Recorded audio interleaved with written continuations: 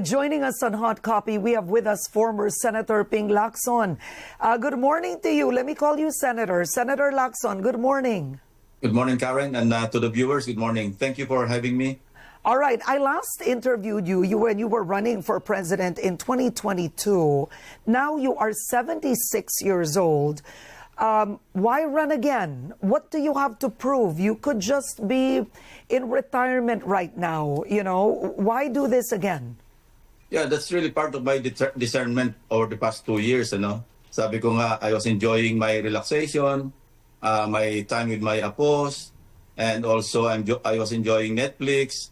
But then I also kept asking myself, sabi ko, do I feel better na sarili ko na lang yung iniintindi ko and instead of helping others? So at the end of the day, background lang si Senator Tito Sotto talagang had a very good influence on me to decide or to get out of retirement. Okay, now that you're 76, I'm just curious. Some may be saying we need new faces in the Senate, right? I agree. So what do you think then? Well, I agree, no? The Senate, like any institution, should evolve, ano? Dapat hindi naman kailangan pare-parehong mukha rin yung bumabalik doon. But then, I'll say it is up to the electorate, ano? And I feel na meron pa naman akong pwedeng gawin. May mga unfinished business, like yung mga pending bills na hindi na ipasa. For example, now I was pursuing I kept filing yung amendments sa Bank Secrecy Act, Now once you enter government, either as a clerk, as a janitor, or as a president, dapat waive mo yung rights mo under the Bank Secrecy Act.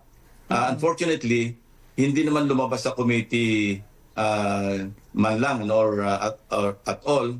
At ang minsan hindi pa rin na-hear sa committee. So ito yung mga unfinished business ika nga. And then whenever I hear or I see, I witness yung mga nangyayari sa national budget, parang feeling ko parang may magagawa pa ako to continue being a vanguard, so to speak, of the national coffers. Okay. Are you disappointed somehow with how the Senate is made up today? No.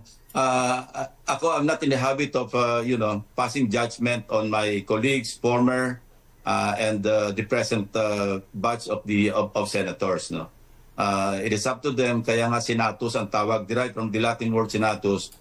It's an institution composed of mature, wise men. And that should be the assumption of everyone. Okay, but then you did say in the press conference after you filed that you ran again. One of the reasons is you want to see proper decorum restored in the upper chamber. You also said, not to take anything away from the other Senate presidents, but you did say that it was quite different. There was proper decorum during the leadership of former Senate President Tito Sotto. Are you seeing a lack in the Senate leadership in the last few years? No, yung context, kasi we were asked by, I think, Sherry Ann, and ang bumalik sa aking alaala noon, when Senate President Sotto was the presiding officer of the Senate, natatandaan ko, parang isa British Parliament because we witnessed it when we visited the British Parliament. Sabay-sabay nagmamarch off yung mga MPs, yung mga members of parliament, papunta sa session hall. And we observed that, 2 minutes before 3 o'clock, yun yung start ng session. We were all marching off from the lounge at the back of the session hall to the session hall. And it was a pleasant sight to see, Yun lang yung context ng sinabi kong mas maganda siguro kung maibalik yung dating decorum during the time or the Senate presidency of Tito Sotto. Kasi nawala yun eh. Kaya yun ang namimiss ko makita. Kasi before Senate President Sotto took over, talaga naman yung session hall namin, alas 3 na, 3:30 na, hindi magkamayaw, nandun lahat ng mga reporters, tapos na ang dami nakipagkwentuhan until such time na magbang ng gavel yung Senate President. Okay. So hindi magandang tingnan. Oo. I'm curious, what do you make of recently of Senator Alan Cayetano, his exchange with former Senate President Mig Zubiri? It went viral. They had a scuffle after the session, and that went viral.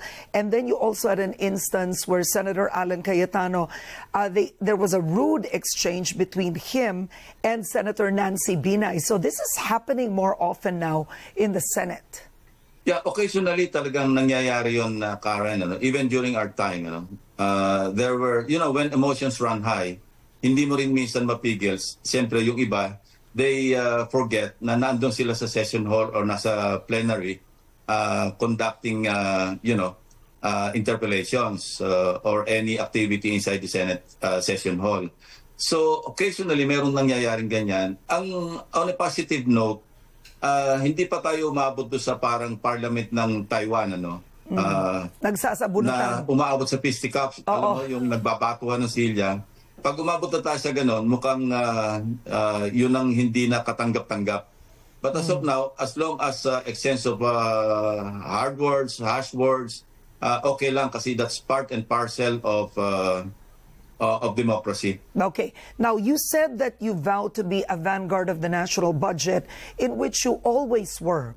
You never took your pork barrel. You were always looking for insertions in the budget when you were still a senator.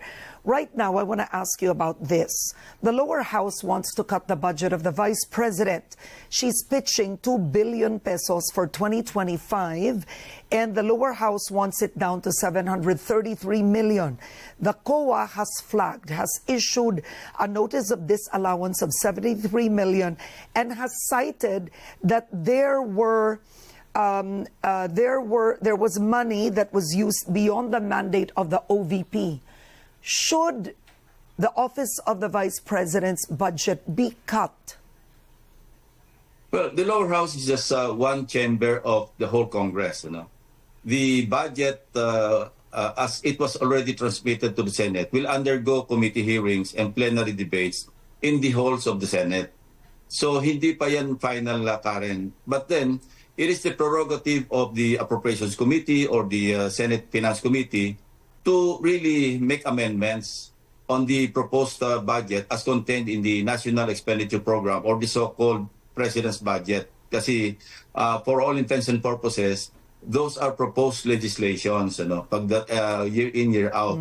Pag ganun sinasabit yung General Appropriations Bill sa Congress, and then afterwards, it would be transmitted to the Senate. So it's not yet final. But then again, ang comment ko lang dito, we have been observing the time-honored tradition in the interest of interdepartmental courtesy. Yung Office of the President, Office of the Vice President, even the Judiciary. Dinatnan ko na ito in 2001 up until I left the Senate in 2022, na talagang parang pass-upan lagi. Na pag dumating na yung, even whether it's in the committee level or in the plenary, pag open ng hearing, may motion na kagad na kasunod na move to recommend to the plenary the budget, parang good as approved. But then again, does that make it right? Yeah. Does that make it right just because it's a time-honored tradition? No, it doesn't make it right. Because as I was about to say, sorry, it is the prerogative or the right of each and every legislator to question kung meron siya nakikitang matters or issues to be clarified. Okay. Hindi mo naman pwedeng pigilan out of deference to time-honored tradition. Okay. So I want to ask you this, because you've always been tough on the budget when you were a sitting senator, is the COA noted that 125 million of the confidential funds that was given to the vice president was spent on funding surveillance operations in 132 areas. You were a former PNP chief. You've always had an advocacy for intelligence. But let me ask you this: should the office of the vice president be given money for surveillance operations?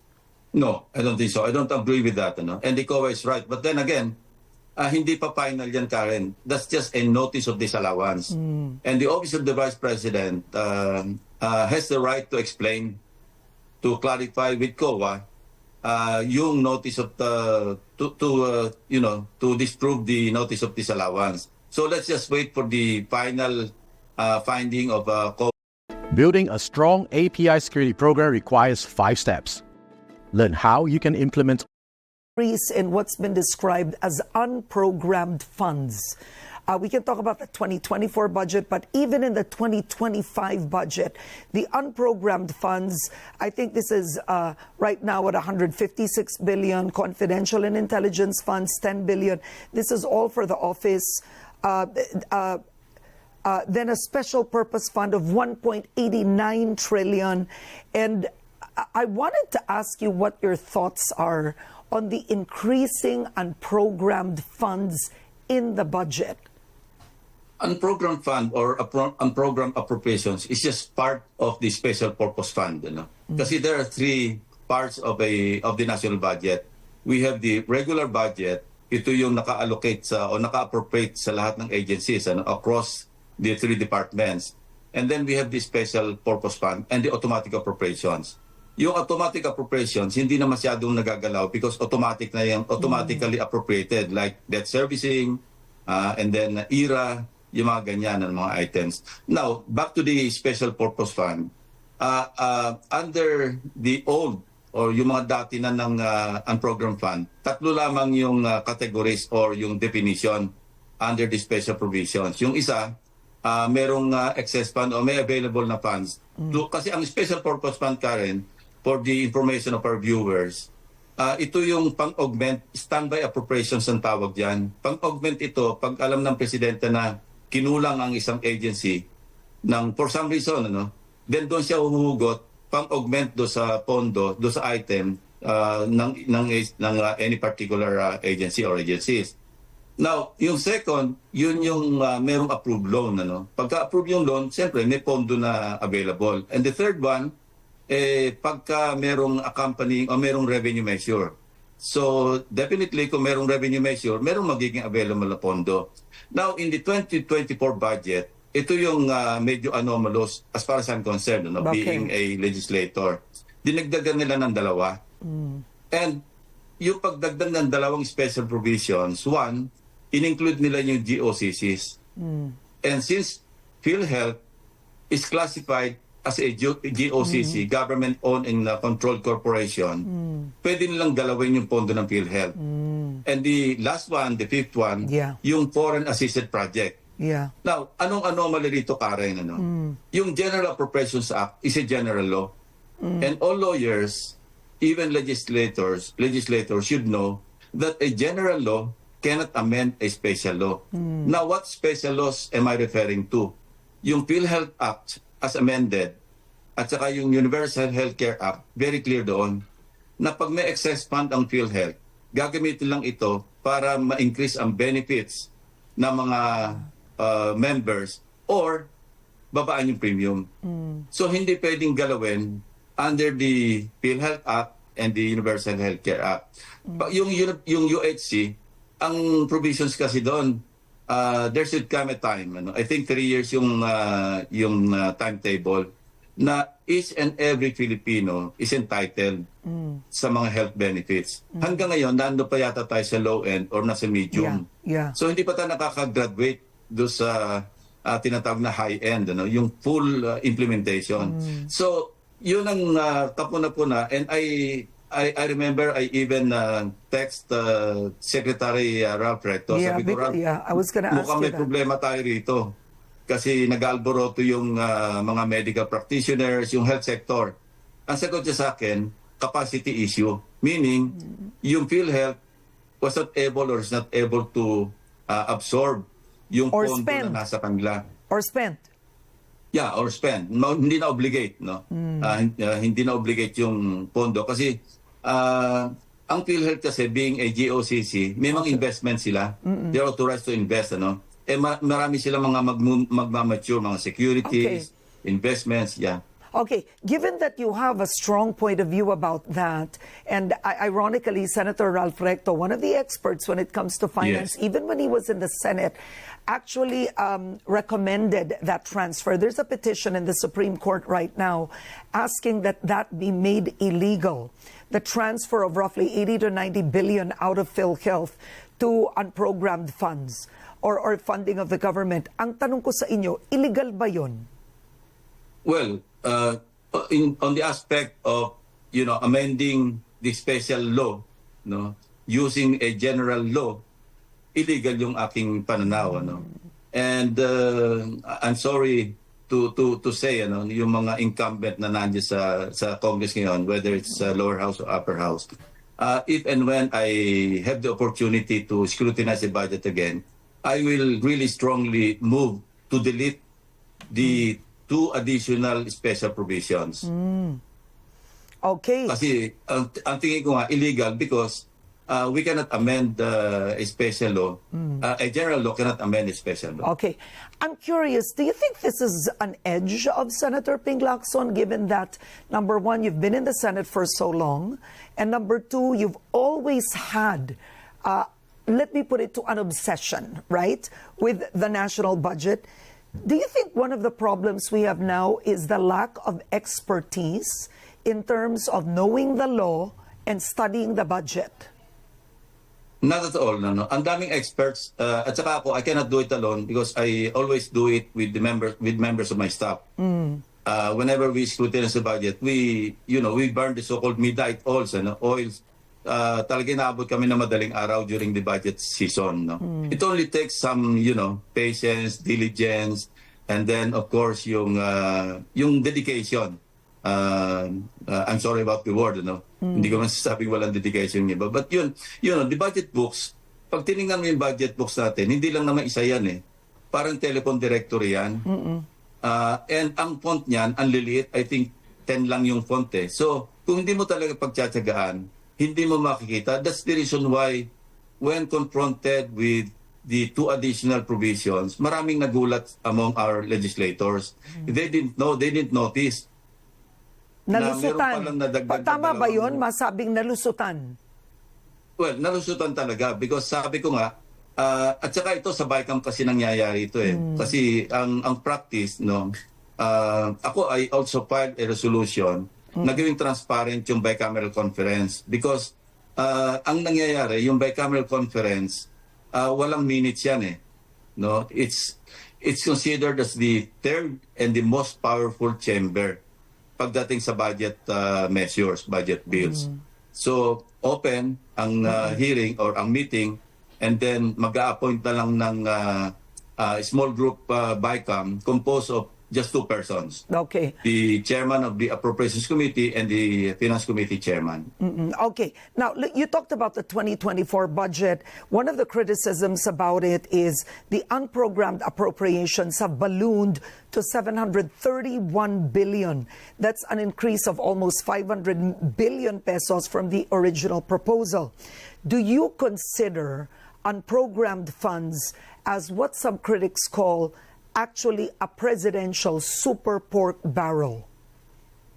Ang special purpose fund, Karen, only the president is authorized to realign or to use, to augment the budget, the regular budget of the different agencies.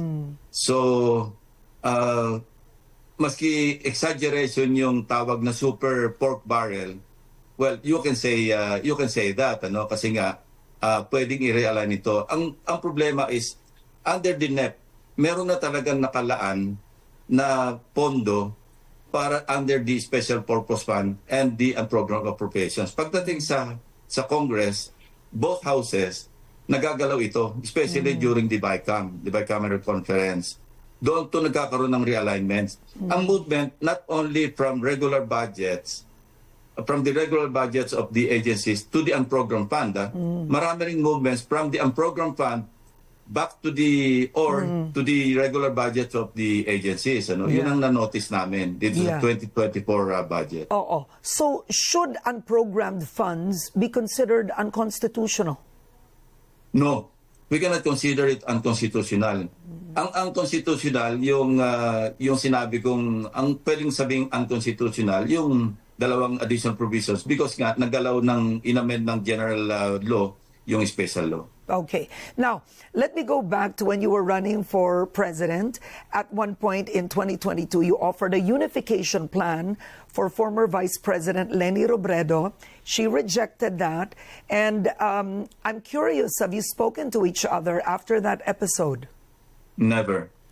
Would We never you? spoke to each other. Okay. You Now know, that I you're already expressed my opinion right here in your program when that happened. Ano? Kasi ako yung nag-offer talaga ng unification because at that time, we were really thinking of unifying our efforts. Ano? Yeah. At the end of the day, we could, and I suggested that we adopt Senate President Tito Soto as our common vice presidential candidate.